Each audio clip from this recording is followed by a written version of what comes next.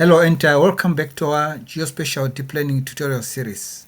In today's lab, we are going to learn how to model above ground biomass density using a shallow artificial neural network. So this is important before we go deeper into deeper neural networks. So in this tutorial, we are going to use Python Scikit-learn library in Colab.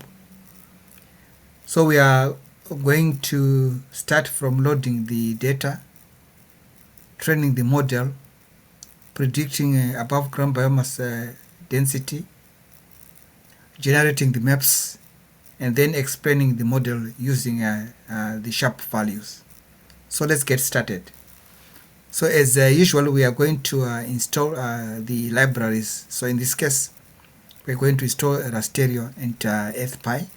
So these are important for handling the satellite imagery. And then next we are going to import the libraries and modules that we are going to use in this tutorial. Following that, we are going to set up our environment. So this includes loading and mounting the Google Drive.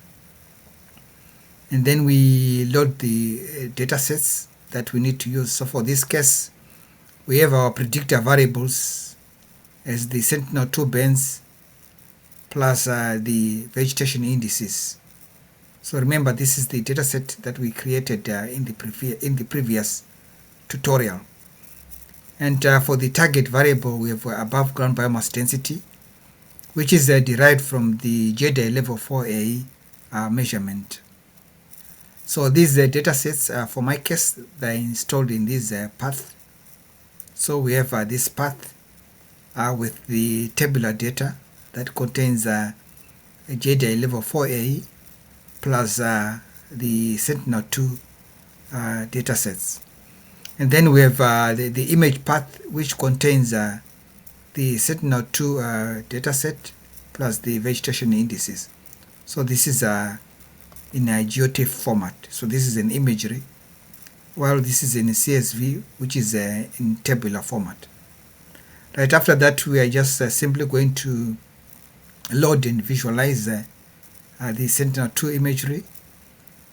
And then following that, we are going to load the sample data. So this is in table format.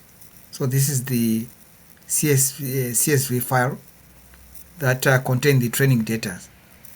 So here in the training data set, we have the Sentinel-2 bands, the vegetation indices, and our target variable here, which is the above ground biomass density. Right, so next we are going to split the training data set into the data that we are going to use to train the model and the data that we are going to use to evaluate the model. Right, so 80% of the training data set is going to be used for training the model, while 20% is used to test the model. Right, here we are just going to do a very simple operation. We are going to convert the training data sets and then normalize them so that they are in the range that is accepted by the Scikit-learn models here. So we have rescaled the data, and take note that I have divided both the train and then test output by 90. So remember, we said in the previous video that the above ground biomass in the study area is between 0 and 90 megagrams per hectare. So this is why we have scaled the dataset according to this figure. So this may change depending on the values of your study area. So please take note of this. Right, so we have our training dataset and the test dataset. So for the training dataset, we have about 40,800 points, and then the test data set about 10,451 points. Right, next we are going to build and train the shallow artificial neural network. Okay, so remember, this is the shallow neural network. It only consists of one hidden layer. Okay, so what do we have here? So we are using the multi-layer perceptron regressor model, which is from Scikit-learn. So we are going to use this to build the model in order to predict above ground biomass. So this model is one hidden layer. So this one hidden layer contains 8 units or neurons. So this means that this is a shallow network, because there's only one intermediate layer between the input and the output. And then for the activation, we are going to use the rectified linear unit. Okay, so this allows the model to learn non-linear patterns in the data. And for the optimization, we are going to use the Adam optimizer. So remember, I said in the previous tutorials that the Adam optimizer combines the advantages of both momentum and RMSE prop optimizers. So this is good because it allows for the efficiency update of the weights during the training. And then next, the parameter here that we have declared, it says the initial step size used by the optimizer to update the weights. And we have the maximum iterations. So this indicates that the model will train for about 500 iterations. So these are the iterations or epochs. Okay, so it allows the model to adjust its parameter as it tries to minimize the prediction error. And then finally, we have defined here the random state as 42. So this ensures that the model produces the same result each time we run it. So this controls the randomness in the weight initialization and data shuffling. Right, so this is our model structure. As you can see, this is just a simple model. Here we have our input data sets. Okay, so we have our sentinel to the predictors, and then we have the hidden layer, and then we have the final output, which is above ground biomass density. So it's a very simple model. Right, next we are going to train the model. Okay, so we are going to call here the function model fit, which takes two inputs. Okay, the train input, and then we have the input features, which are the satellite imagery, and Sentinel-2 imagery, and the vegetation bands or vegetation indices. Sorry. And take note that the train output variable here provides the target values. Okay, so we have the target values here, which is above ground biomass density. So this is going to be a one-dimensional array. Right, so we have our train input and then the train output. So this means that these are the Sentinel-2 bands plus the vegetation indices, and this is the target variable, which is above ground biomass density. Right, so the Ravel function is very important because it's going to flatten the target area.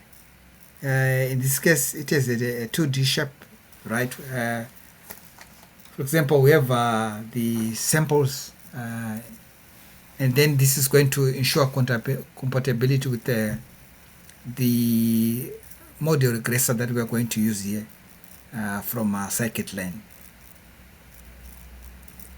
Right. Remember, we said that in the previous tutorial that Scikit-learn expects a 1D array for the regression targets. Right. Next, we are going to perform prediction. And after we perform prediction, we need to rescale the trained model outputs. Okay, so first here, the model prediction takes the test input data and uses the trained model to make predictions. Okay, so it's taking this trained model here with the test input data sets so that we make predictions. So the predictions are then scaled in the format. Since our target variable was divided by 90 during the training, so we also need to do the same here. Right, so this is going to be helpful so that we can interpret our result in megagrams per hectare of above ground biomass density. So this is a simply rescaling back to the original above ground biomass density scale. Right, following that, we are going to do the evaluation. Okay, so we are going to check how well the trained shallow artificial neural network predicts above ground biomass. So first we calculate the mean squared error between the true and the predicted above ground biomass values. Okay, and then second, we are going to compare it with the root mean squared error by taking the square root of the MSE. So taking the square root of the mean squared error. So this is going to give us the root mean squared error. And then we are also going to calculate the R squared, which is the coefficient of determination. Okay, and this is also going to indicate the how the model has performed well in our model. So normally predictions which are closer to 1 means the model is doing a good job. And then finally we are going to visualize the results as a scatter plot. So this is our result, and the mean squared error in this case is quite is a bit high. This is 17, and the R squared is 0.42, which is low. Right, so the model, as you can see, is not doing a good job.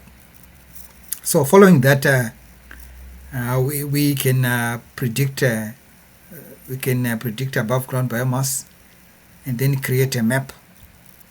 Okay, so please take note here, the only important thing that you should be careful about is about handling the non-values. So if your data set has got non-values, please use this line of code, because it's going to replace the non-values with the 0. And then finally we do the prediction, and then we rescale back the predicted values by multiplying by 90, so that we get the units in their correct values. So the units just means the above ground biomass.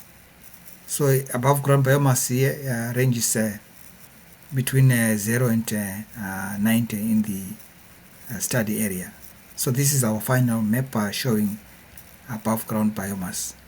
Right, the next you can save the map and then export it to Google Drive, so that you can visualize the map in other GIS softwares, for example in ArcGIS or QGIS. Right, so next we just want to check how our model is performed. So we are going to use the SHAP values, and then we try to get insights into the model performance. Right, so remember we've used the SHAP values in the previous tutorial series for machine learning. Right, so here we are just simply going to import the SHAP library, and then we are going to create an explainer. Okay, and then the explainer is just taking the model that we've created. And then because we've got many sample training data, we just want to limit the data set to about 1000. Okay, so we are just limiting so that we run the SHAP values quickly. Otherwise, if we take the whole data set, it's going to take time. Right, so first we are going to plot the global SHAP values. So that is taking all the data points that we've selected, and then try to understand how the model is performed. So as we can see here, we have this vegetation index, the red edge spectral index, doing quite a good job, because we have most of the positive predictions here, also responsible for high above ground biomass density. And we also have band 11 and band 2. Right, although band 5 is the predictor variable with the most contribution, we see that most of the contribution is negative. Okay, so you can also quickly check the local variable. Okay, so the local SHAP values takes into consideration a specific pixel value. So for example, if we take a single input, here if we index one of the points, for example point number 100, we can plot how it performs it in the model. So if we take that specific point, you can change the points here. So here I've just indexed 100, you can take 0, 10, 90. So we can generate this kind of plot, which we call the waterfall plot. And it can show us how the model is performed. So we can see here band 5, the red edge spectral index, and band 12, they are contributing a lot to the model. So their contribution is positive. And we have other bands, band 6, band 3, band 6 and 3, slightly contributing positively to the model. Okay, so I think this is important just to check how your model is doing, so that you can quickly get into insights into the model performance. Right, so this is all about this tutorial on modeling above ground biomass using a shallow artificial neural network. Right, in the next model, we are going to use the deep learning artificial neural network. We want to see the difference between the shallow and the deep learning artificial neural network. So thank you very much for watching this tutorial. See you in the next one.